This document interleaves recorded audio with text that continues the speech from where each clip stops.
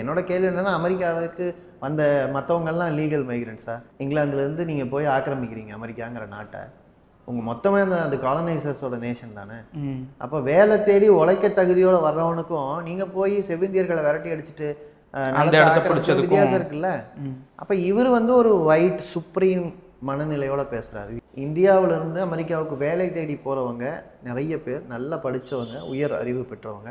அவங்களுக்கு இங்கே வேலை வாய்ப்பு இல்லை, அதே வேலை இங்கே இல்லை. அப்போ இந்த வேலையை நோக்கி அவங்க போகிறாங்கன்னா அவங்க உழைப்பை ஏற்றுமதி பண்ணுறாங்க. ஸோ அதுக்கு ஒரு மரியாதையோட பாதுகாப்பான ஒரு சமூக பாதுகாப்பான வேலை அங்கே இல்லைங்கிறது தான் பிரச்சனை. அமெரிக்காவும் இந்தியாவும் பண்ணாத வர்த்தகத்தை கூட டாலரில் தான் பண்ணணும் அப்படின்னு சொல்கிறாரு. அப்படின்னா என்ன அர்த்தம்? ரஷ்யாவிலேருந்து இப்போ நம்ம என்ன வாங்கிட்டு இருக்கோம்?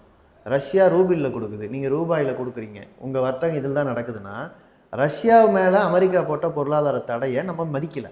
அமெரிக்காவுக்கும் ரஷ்யாவுக்கும் பிரச்சனை இருக்கலாம், இந்தியா ஏன் ரஷ்யாவோட மோதிக்கணும்? இந்தியாவுக்கு ஏன் குறைஞ்ச விலையில் எண்ணெய் கிடைக்கக்கூடாது? இதுதான் நம்ம கேள்வி. அது கிடைக்கக்கூடாதுன்றது.